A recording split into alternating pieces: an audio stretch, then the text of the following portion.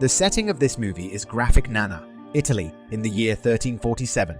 The charming Sister Fernando groups her jackasses at the beginning of the movie.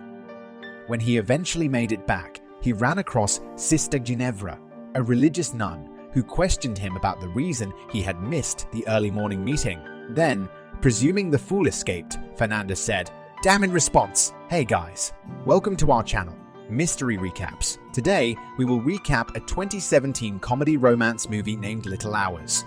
To know what happens later, keep on watching the video, and don't forget to subscribe to the channel."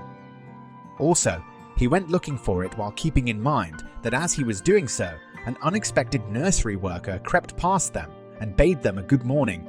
In any event, they were both chasing each other hard. Leave now. Minister Tomas is the one who propelled the nuns to unite in action. Mrs. Maria continued to criticize Fernando after that.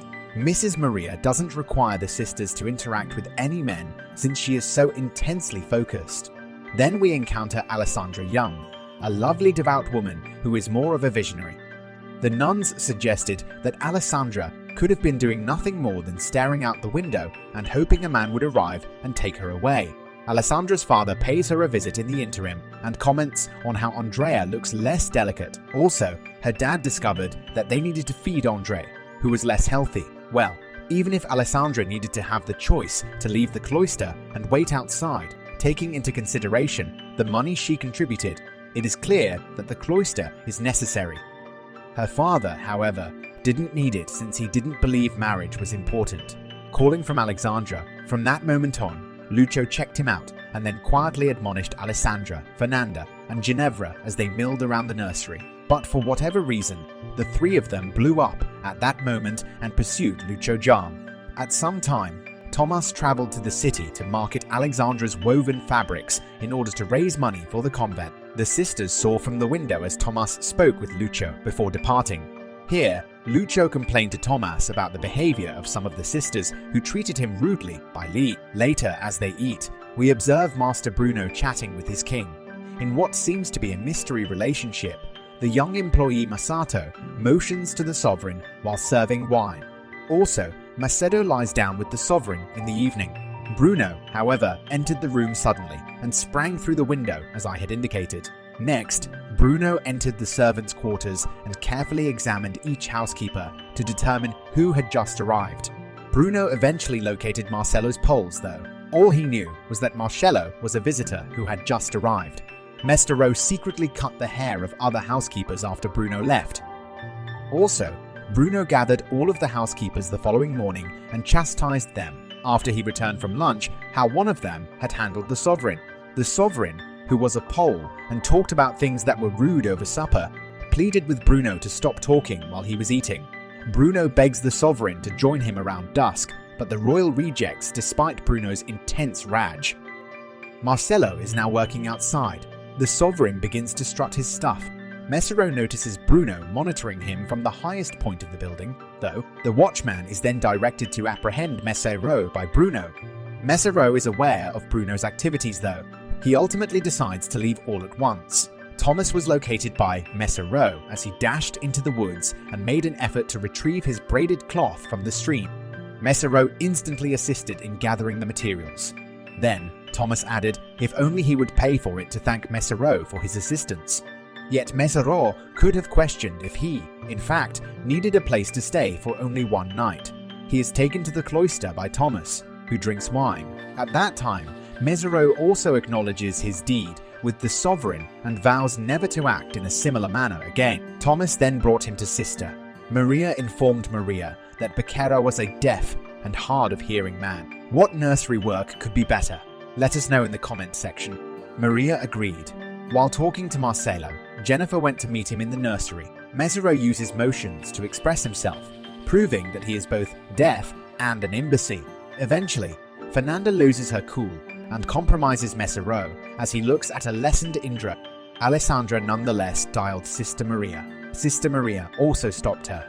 Sister Maria then spoke to Alessandra on the weaving that Thomas's father had stolen from the city. Later, when Ginevra followed Alessandra inside Mosquito's chamber, Alessandra unintentionally negotiated loom. Alessandra is there to request assistance from Messero in mending his loom. Also, Alessandra said that she would have preferred not to continue with a demanding life in the religious community. Also, I had to leave the house and be married. Afterwards, Fernanda and Ginevra accompanied Alessandra as she was being screened after just leaving Mescaro's chamber to adjust her loom. Then Mescaro joins Thomas for his second wine. Night of relaxation. What place? From the beginning, Thomas questioned how he made progress. He also pointed out that some of the sisters who had cruelly handled the former nursery worker had been treated by Mescaro. Thomas reminded Mescaro that, in the event that something were to happen to him, he could inform him. Fernando stole some wine from Thomas's pantry one evening. The sisters were also gathered in the room, drinking, singing, and engaging in a lot of mischief. They were questioned by Fernandez Maud's partner about whether they had ever been affected by a male. Unless Andrea inquired as to whether that was a lovely sentiment, they also reply with a no. She informed him that it was the greatest thrill imaginable. All of the nuns were curious about such claim as sisters. The group, including Alessandra Fernanda, became more enthusiastic. It is discovered that Fernandez and Morta are connected. When Fernanda went to see him, it all started. First denial of the Jenkins takeoff. The next morning, Alessandra paid a visit to Marcelo Young's workplace. Alessandra, who gains confidence that Macedo cannot communicate in, has hearing loss. He starts to feel Alessandra's temptation, and the two start dating. While Ginevra and Fernanda were wearing the outfit, Alessandra realized the feeling was too abrupt and went on to apologize to Macedo. Jennifer asked whether Fernanda had a good night out last night. He didn't provide many answers. Suddenly, to no one's astonishment, a less radiant looking Indra Keen appeared there, expecting his two friends would be perplexed to see it. Then, in Macedo's chamber, Fernanda and her partner Marta appeared. In order to get Marcelo to make them happy, they undercut him. Alessandra is also looking for worthwhile opportunities to develop her relationship with Macedo. Macedo was startled, and he informed Alessandra that someone was there to stifle their emotion. Yet, Alessandra wonders why Macedo can converse, since she is aware that Ginevra likes Fernanda, and that Macedo is likely silent and hard of hearing. Jennifer complains to Maria that Fernanda lied about the jackass issue in order to go and meet Mora the next day after discovering that Fernanda has a second helper. Gin never had faith that Fernanda would escape Sister Maria's criticism. Ginevra is upset and starts injuring herself after Sister Maria only gave the nuns basic advice. Alessandra rushes to Macedo and begs him to be honest. Why is he telling lies? Make your guesses in the comment section. I'll assume he's quiet and hard of hearing, but as the two were debating the situation, Ginevra appeared with a lost soul. Getting closer to Macedo, who was purportedly dozing off, causes Alessandro to hide to the side of the stream. When Fernando eventually makes a return, Ginevra is left behind. Nonetheless, I'm astounded to notice Aless below. Fernanda then grabs Macedo by the throat with a sword and leads him into the wilderness, where he encounters a group of performers. Fernanda makes an effort to uphold the law, but this Macedo habit is brought about by the arrival of Aless, Indra, and Ginevra.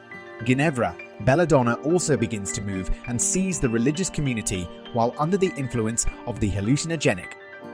When attempting to extricate himself, Mescaro discovers that he is not hard of hearing when they return to the neighborhood. All of their insider knowledge is revealed during a meeting. Minister Tomas gets transported away. Join the clergy. He and his mother Maria create a secretive connection that is fueled by their infatuation once it is discovered. Mescaro was returned to his master and imprisoned in a cell with the threat of torture until three nuns who had accommodated and created a more grounded friendship helped him escape. Valeria and Tomas sneakily confess under the guise that Mother Maria had gone to get the donkey as the nuns and blessed went by, while Alessandra Macedo, Ginevra, and Fernanda were heading back to the religious community together.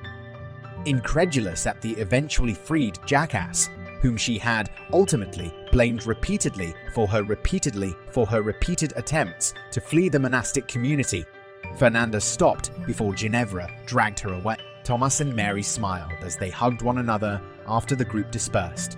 So guys, that's it for today. Check out this video on the screen to watch this amazing movie recap. Also, make sure you hit that subscribe button and bell icon to never miss any exciting movie recaps.